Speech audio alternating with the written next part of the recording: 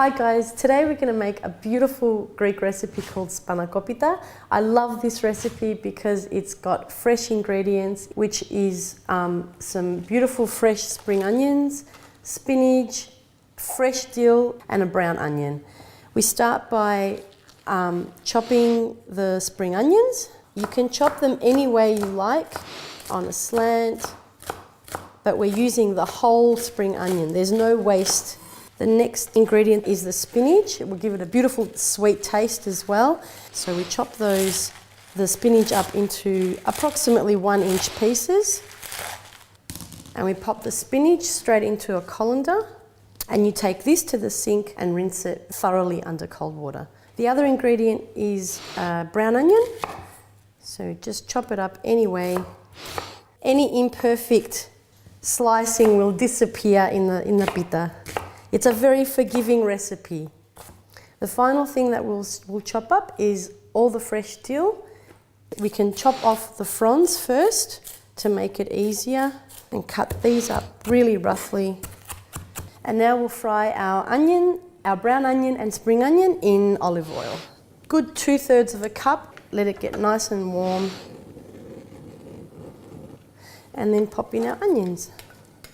Fry them up until they're nice and soft. The brown onions will get all beautiful and translucent. The spring onions will become an even brighter green, and that smell will just fill the whole kitchen. It's a beautiful, beautiful smell. So I'll add the big bunch in first. And we've got to let this wilt a bit, and then we'll add the other amount in. And this will just turn to nothing. Keep tossing it around in the pan, and it will turn bright green, and then it'll start to wilt down and marry with all the onion flavours that we put in the beginning. So once all the spinach has wilted and it's still a very nice green colour, you want to retain that vibrancy, and it's brought out a lot of water from the spinach. It's ready to season with a little bit of salt, just sea salt, and some freshly ground black pepper.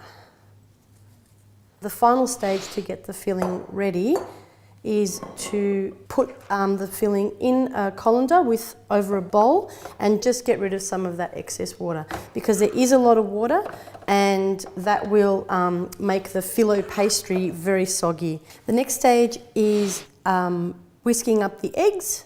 So we'll break 3 eggs into a bowl. Free-range eggs if preferable. They always taste nicer and their yolks are so much more vibrant. Whisk them up. So we'll add now 1/2 kilo of feta, which is approximately 2.5 slices, and we'll crumble it in the eggs with our fingers. So for our pastry, we need a big baking dish. We need some phyllo pastry and some extra virgin olive oil for brushing. So first, in our baking dish, lots of extra virgin olive oil on the base. So one by one, phyllo on the bottom. Don't be afraid to use phyllo. It's very forgiving. It will hide all the imperfections, and brush in between each layer. Essential to brush in between each layer, because that's where you get all that beautiful crispiness and the flavour incorporated in the dish. And keep going all the way until half of your phyllo pastry has been prepared this way. Okay, so that's now ready for the filling.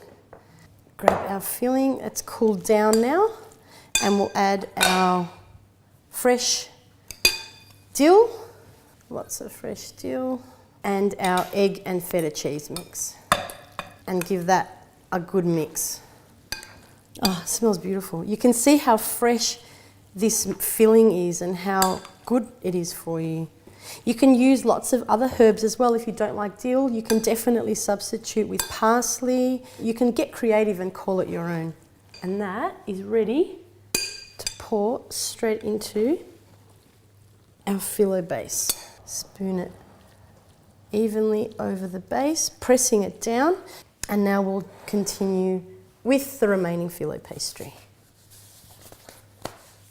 And don't worry if it tears, Again, it will all hide itself when it's all baked. Now, before we put the final piece on, we'll just tuck in our sides just a little bit more with our fingers. Make sure there's nothing sticking up the top. And a little creative tip, just tuck the top under, right up to the edge of the dish, and it will create a nice clean seam. I've preheated the oven to 175. So the best way to cut into serving slices is to kind of eyeball it as a half piece, and then half of the right hand side and then half of the left hand side. And this ensures that when the phyllo pastry comes out of the oven, you don't have to cut it, because once phyllo pastry has been baked, it's very difficult to cut. When it comes out of the oven, you can definitely go over the cuts again. We'll brush with a little bit more olive oil on the top to make it nice and golden. And you can also, again, get creative and sprinkle some sesame seeds, white or black, just to make it your own recipe. Yum! Beautiful. Ready for the oven. That smells delicious. We'll just score the cuts just one more time, just to make sure that the phyllo is separated, and just go around the outside with a knife as well, just to make sure that nothing has stuck to the baking tray. Yum. Absolutely beautiful.